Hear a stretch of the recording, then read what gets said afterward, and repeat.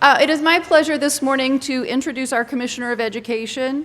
Dr. Margie Vandeven was appointed Missouri's 6th Commissioner of Education by the State Board of Education in December of 2014 and assumed her duties January 1st, 2015.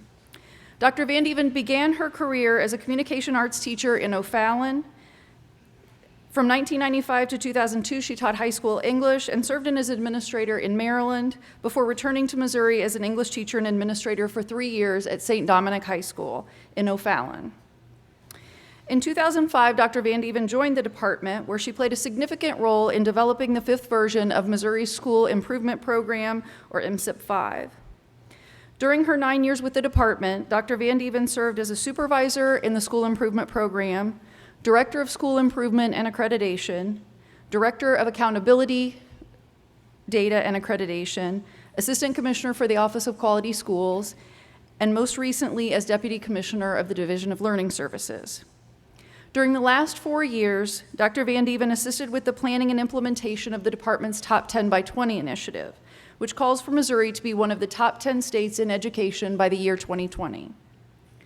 Dr. Vandeven earned a bachelor's degree in education from Missouri State University and a master's degree in educational administration and supervision from Loyola College in Maryland. She received a doctor of philosophy and educational leadership from St. Louis University. She and her husband, David, reside in O'Fallon. Please join me in welcoming Dr. Margie Vandeven, Commissioner of Education.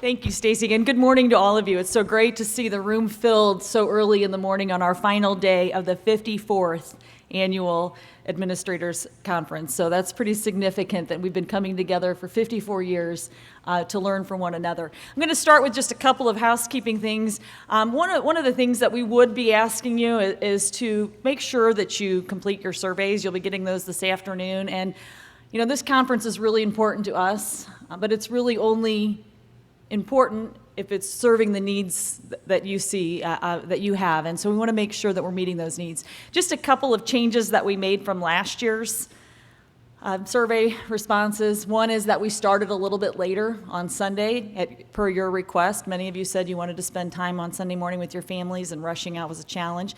So we moved that to a little bit of a later start time.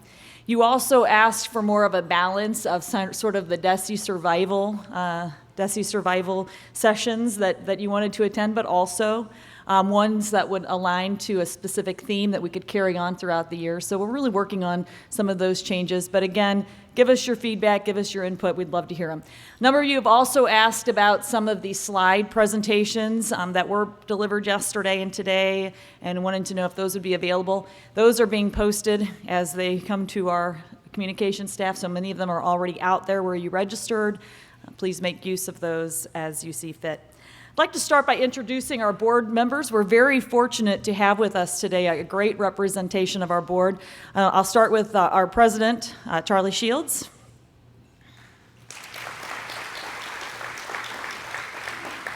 Our vice president, Vic Lenz. And we have Peter Hershen. Maynard Wallace.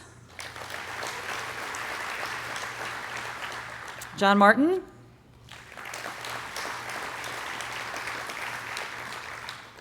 And Joe Driscoll. We really greatly appreciate the fact that you could all take such your busy schedules and be here with us this morning, so thank you very much. I'd also like to reiterate Ron's comments yesterday about our staff who have worked so hard to pull these things together. I thank each of them for the hard work put throughout that, and most of all, thank you for your participation. If you all were not here with us today, we certainly wouldn't have a conference, so thank you very much for being here. So I thought, pretty long and hard about what it is that I'd like to say at my first opportunity to speak with you as the commissioner at our conference. And I hope you'll forgive me in falling back on some of, Stacy mentioned that I was an English teacher, so I've arranged this around something pretty simple, around the 5 W's and the 1 H, and I think it'll make a lot of sense upon conclusion as to why I did that. So the first one is who.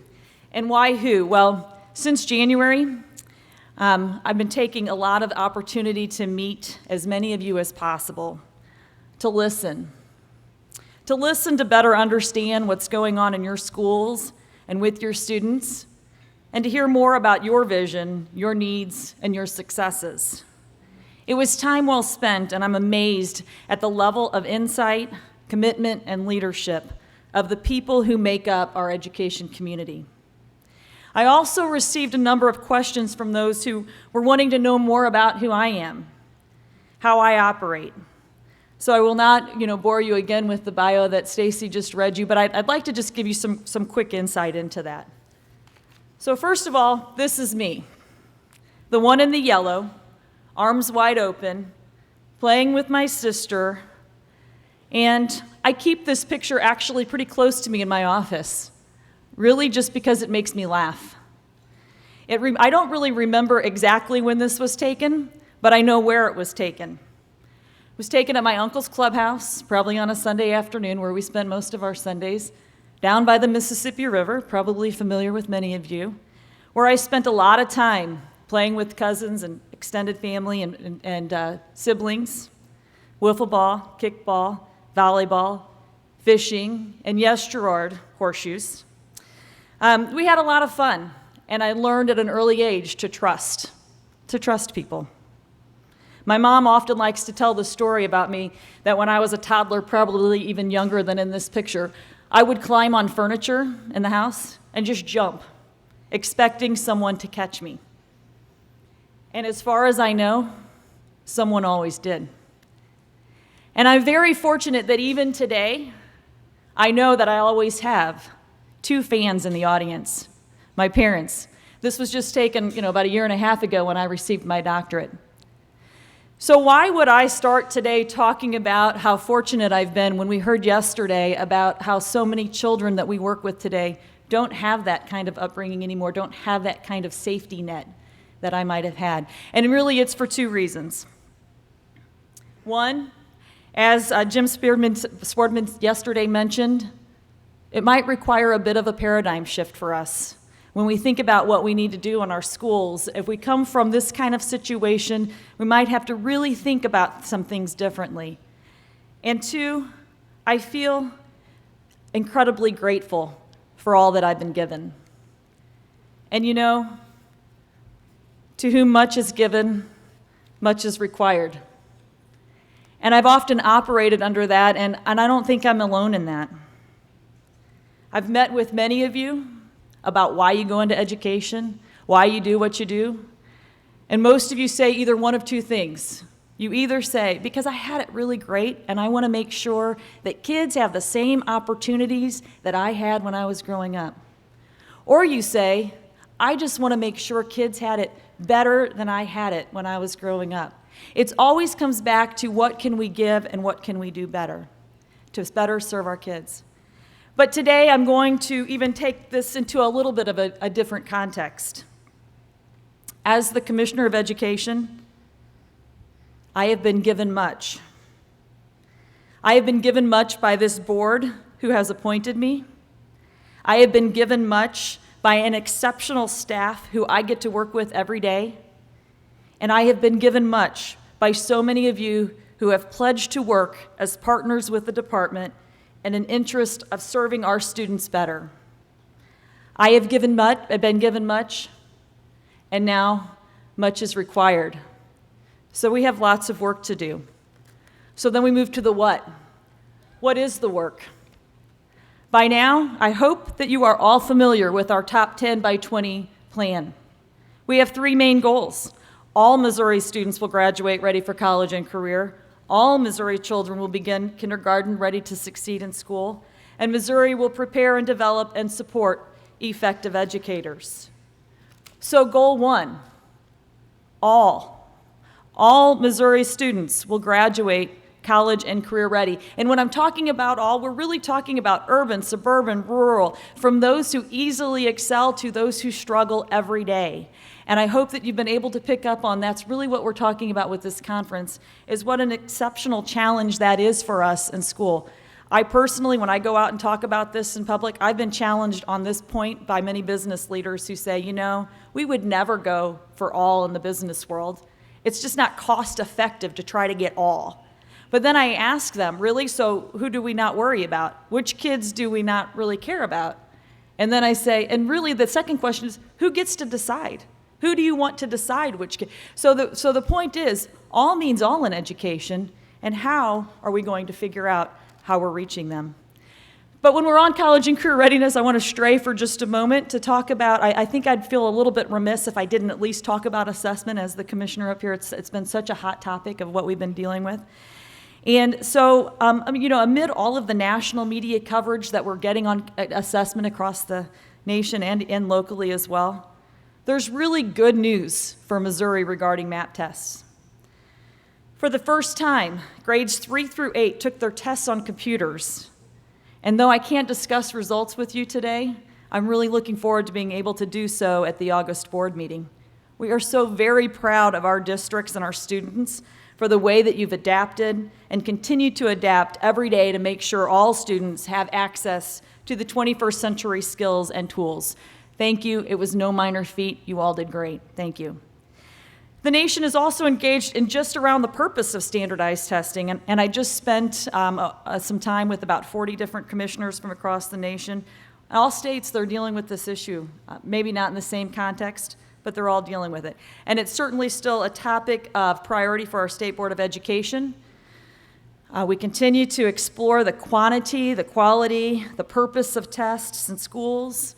And I'm really pleased to hear that MASA has launched an assessment and accreditation study to really think about how can we make some recommendations back to the department, how can we put together a system that really works in serving all students.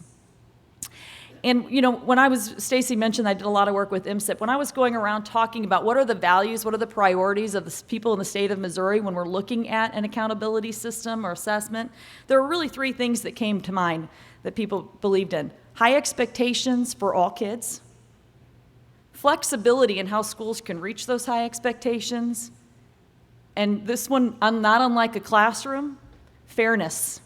People were very concerned about fairness.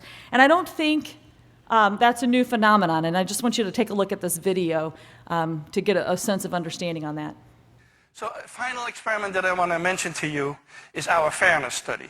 And so this became a very famous study, and there's now many more, because after we did this about 10 years ago, it became very well known.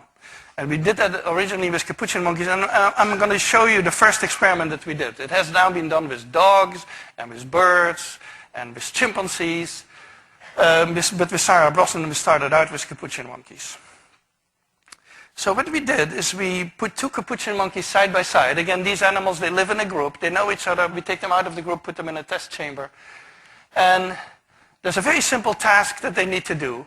And if you give both of them cucumber for the task, the 2 monkeys side by side, they're perfectly willing to do this 25 times in a row. So cucumber, even though it's really only water in my opinion, but cucumber is perfectly fine for them. Now, if you give the partner grapes, the food preferences of my capuchin monkeys correspond exactly with the prices in the supermarket. And so if you give them grapes, that's a far better food, then you create inequity between them. So that's the experiment we did. Recently, we videotaped it with new monkeys who had never done the task, thinking that maybe they would have a stronger reaction, and that turned out to be right. The one on the left is the monkey who gets cucumber. The one on the right is the one who gets grapes. The one who gets cucumber, note that the first piece of cucumber is perfectly fine. The first piece she eats. Then she sees the other one getting grape, and you will see what happens. So she gives a rock to us, that's the task. And we give her a piece of cucumber, and she eats it. The other one needs to give a rock to us. And that's what she does. And she gets a grape. And she eats it. The other one sees that. She gives a rock to us now, gets again cucumber.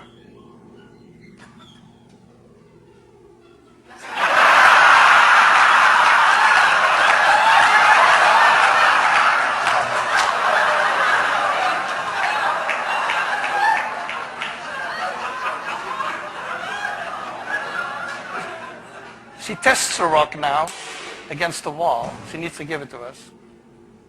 And she gets cucumber again.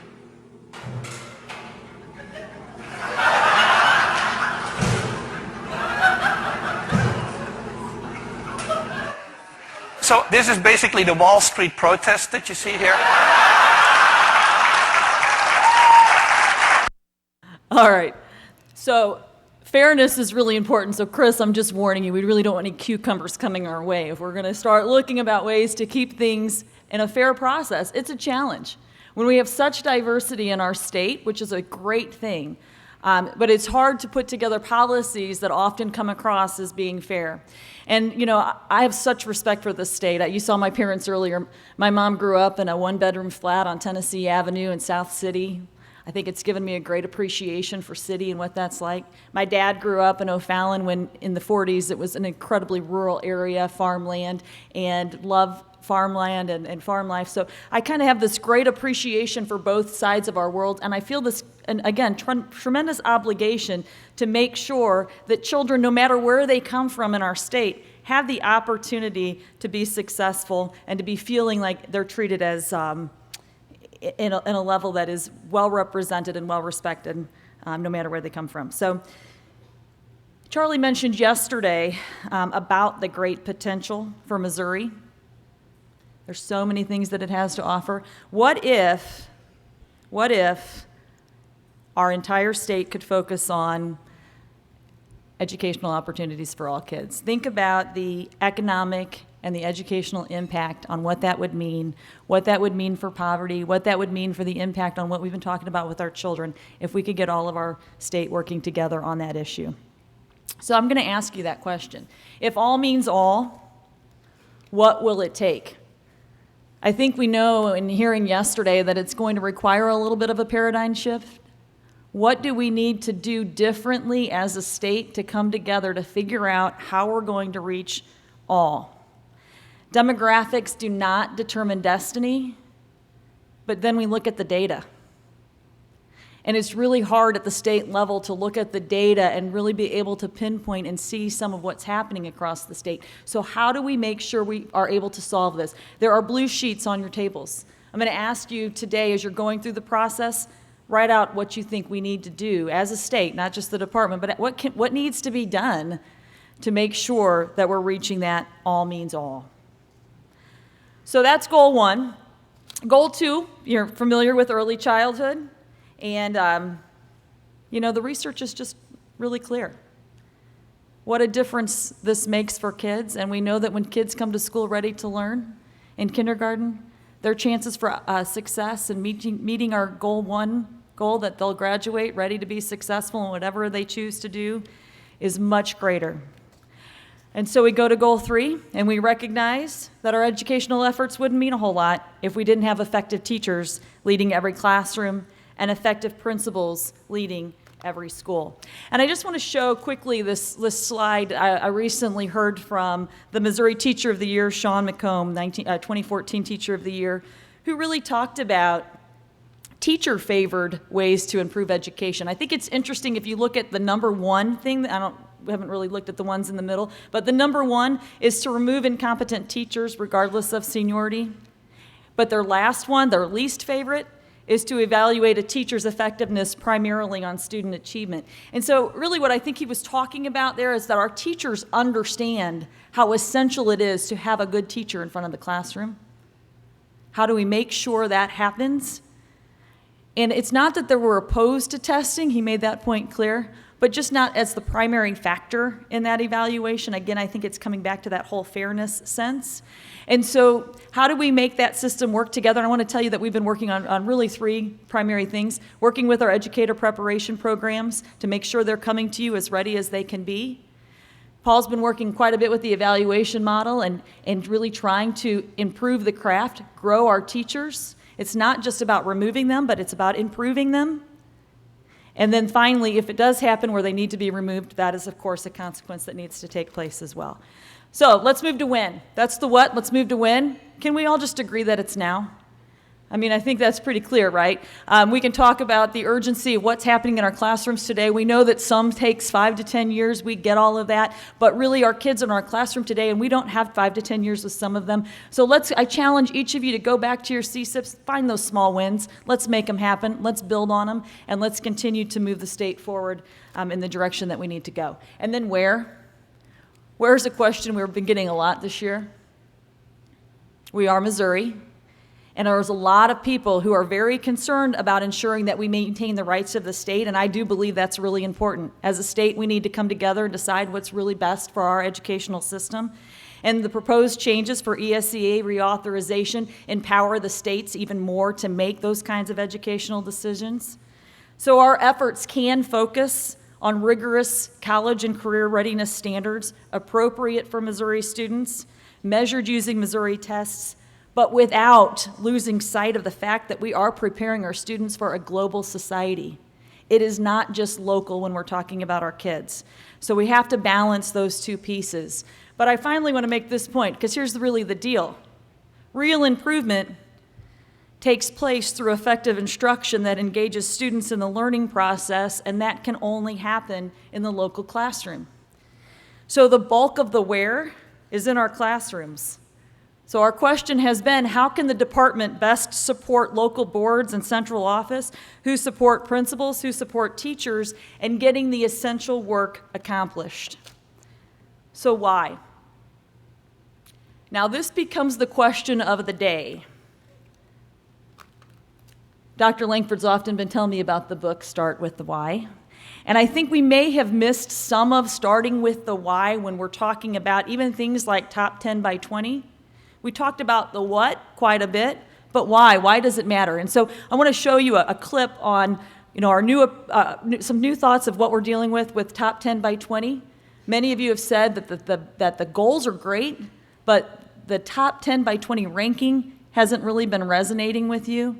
So take a look at this next video, and this is our new top 10 by 20 video.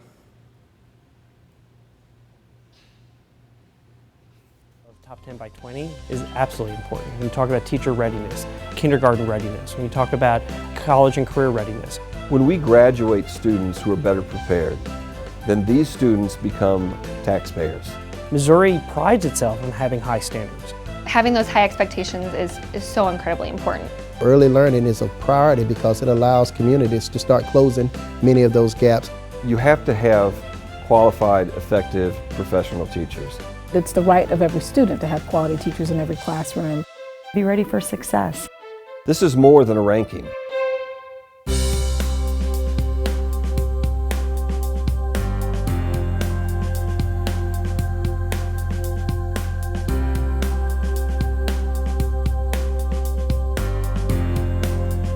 Missouri's children deserve to be successful in whatever it is that they choose to do. They deserve high expectations. I think Missouri has done a phenomenal job in setting high expectations, but I think that's a continuous improvement kind of model. We need to push kids. Kids want to be pushed.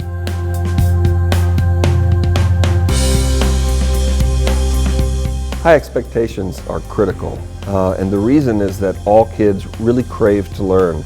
When we think about beyond our classroom and beyond what those students are doing today, they're going to enter a workforce where their employer is not going to say, oh, it's okay to do what you're doing. The employer is going to set that bar, and they're going to have to meet or exceed that bar in order to be successful in their career. Factories, are no longer where you're, putting in a widget and waiting for the next one to come, right? I mean, they're high tech, high intellect, great training, where you're required to know programming. You're required to be able to problem solve using that experience. There's no stopping point to success. We want our kids to be their very best. We want to provide them the highest quality of education, and quality has no stopping point. So you've got to raise that bar high. Raise it higher than you think they're going to achieve, and you'll be surprised. They're going to meet your expectation and probably exceed it.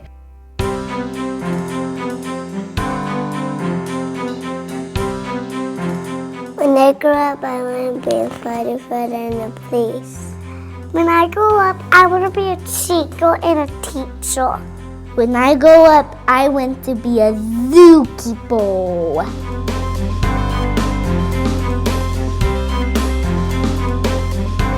If you don't have that opportunity to participate in that high quality program, then you may start off behind. Early childhood provides an opportunity for prevention versus remediation. For us, we think that early childhood is essential to the growth of a public school system, to the economic vitality of a community. Early learning is a priority because it allows communities to start closing many of those gaps, and students can come into the kindergarten classroom in a place that we believe they're ready. If a kid is entering kindergarten without that prior educational setting, they have some lagging skills. Research shows that kiddos who participate in quality early childhood education programs have better achievement scores. You've got to do this for your children.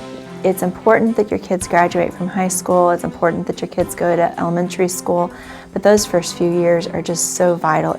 They come to the schoolhouse door with a 30 million word gap in comparison to their peers who've been a part of a high quality early learning program. There's a greater success rate of graduation. It also shows that there's a less likely chance that they'll have to repeat a grade. Building this platform at an early age is the key. You've got to do it. It starts with early childhood education.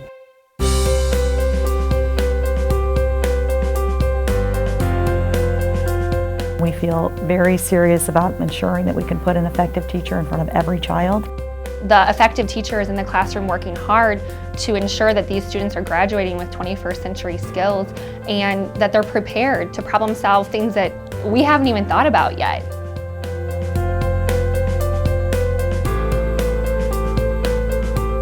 Having a quality instructional person in every school and every classroom is essential. You have to have qualified, effective, professional teachers. And the vast majority of teachers in this state are exactly that. We need them to prepare kids to succeed. They need a teacher opening them up to new opportunities outside of their home. For us, quality teachers, again, it's an expectation and it's a right.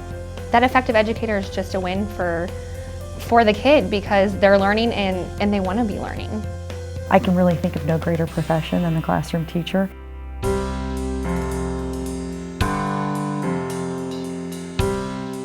It's really about the success of every child in our state. That's the mission of the plan. People will move there, they'll move their businesses there, they'll raise their families there. There'll be generation after generation because those schools are great. So I believe in it. The communities with the best schools win. They're counting on a successful system. For people in the business world, they're counting on a workforce that's capable and ready to come in and do the jobs that need to be done. The business community knows that everything tied to economic development has to do with their schools. Missouri should be a forerunner in education, and we can be, and I think we will be. It's in our best interest as a state, as a nation, but certainly as a state, to invest in education. Join me. Join me. Join me. Join me in supporting Top 10 by 20. Join me in supporting Missouri's Top 10 by 20 initiative. This is more than a ranking.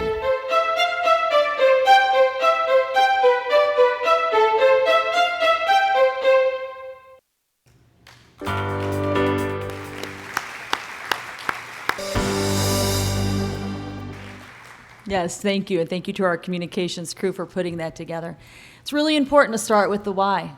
Why do we do what we do? I'm sure you get up in the morning and ask yourself that question. Why are you going to work this morning? Who are we serving? What are we doing? Why are we doing it? And you probably heard Jerry Kill mention on Sunday night, if you were here, that no one wanted to support his team or his program until he started winning. And so how do we make sure that we help people understand the absolute need for a high quality public education system in our state, and they see us winning and something much worthy of supporting? How do we make that happen? We can do that together. So that comes to the very last point of the presentation. I'm not really wrapping up yet, so don't get too excited, but it's the last one. On the how. We're moving to the how. And I just returned from a presentation from Dov Seidman on his new book, How. And here's his question. He says, how is not the question, how is the answer? It takes a while to think about that, but it does make a lot of sense. How is not a question, how is the answer? So have you ever heard, it's not really what you did, it's how you did it? It's not really what you said, it's how you said it. So Seidman professes that the flood of information, unprecedented transparency, increasing connectedness and our global interdependence on reshaping today's world, that it's no longer about the what you do that matters most and sets you apart from others, but it's how you do it. And so we've spent a lot of time the last couple of years in Missouri talking about where to educate children and on what to teach them. And these are really important things, and I'm really looking forward to when we can get that whole thing resolved. But really, what if we put all that energy into talking about how do we engage our students in the learning process? How are we working together to help ensure that our children have the opportunity to be successful? Seidman also shared this little tidbit. Do you know what the most searched word in Merriam-Webster online dictionary was in 2014? Do not Google it, that would be cheating, but do you know what it is? Or what it was? Culture. Now this is really pretty interesting because he said that often it was tagged with something else like campus culture, police culture, even mall culture. But the point is this: when people are researching or studying issues, they're becoming less and less focused on looking at the apple and focusing more on the tree and its roots. Why do we do what we do? How do we work together to solve the issues? And how do we improve our culture so that we have a learning environment, again, welcoming and ready for our children to succeed? Another interesting thing to consider. We know we moved from the industrial world to the world of the information world or knowledge world. He proposes that we're now entering into the human age. And the reason that he's talking about this, and I've heard it, you guys, I really do have to just, on a little side note, the positive enthusiasm that I was seeing you all talk about out there in the halls in these last, it is, I mean, I am just absolutely invigorated by all of the just excitement that I've seen in you. You're working together, you've got your human heart, you're talking about kids, how do we serve our kids? That's the human element. But he said it even goes further than that. When you look today at what the advertisers are doing, that's when you can get kind of a pulse on what's happening in society. And you look at, many of them are now trying to reach out to the human side of things. So we've moved from technology to becoming, technology is still, again, critically important, but it's a tool. It's a tool that we can use, but it's the human component that's going to make the difference for us. And so I'm going to kind of wrap up here and really talk about maybe we could think about things just a little bit differently. Instead of asking our kids, what do you want to do when you grow up? Maybe we should ask them, what problem do you want to solve? Because if we look at yesterday's panel of students up here who were the perfect example of what it really takes to engage in dialogue, what it really takes to seek understanding, what it really takes to move forward, they're ready. Our kids are ready to solve problems. And so I hope that you understand, as I stand before you today as your, I'm still going to play the new card for a little bit, the relatively new commissioner standing in front of you. I hope you see on your tables the problem that I really want us to solve. If all means all, what's it going to take? How do we get all of our levers to pull together? And when I mean that, I mean teachers and principals and superintendents, yes, but also parents and community leaders and our governor and our legislators and the state board, all of us working together, education partners, pulling on those levers in the same direction. What's it going to take to ensure that that happens? Because we know, the data tells us, we know, we've been discussing it, poverty matters. It just does. But guess what? So do you. If you again listen to some of what the discussion was taking place yesterday, how many adults does it take to change the path of life for a kid? How many caring adults did they tell us it takes to change the life of a kid? Thank you, Maureen. You were listening. One caring adult, and that's you. We have taken this on, and we're going to change the lives for kids, and I have every bit of confidence in you that that is why you are in these seats, that's why you're here to do what you do, and we're going to make this happen together. And so I just want to wrap up on one final thought. We know how hard you're working. We hope you see that we're working hard too on this same mission. And so while we don't hear enough about the good things that you're doing because good news doesn't sell, the reality is that great things are happening in our schools every single day under your leadership. So I want to thank you for what you do, and on behalf of the department, I wish you and your students all the best in school year 15-16. Let's make it a great year. Thanks.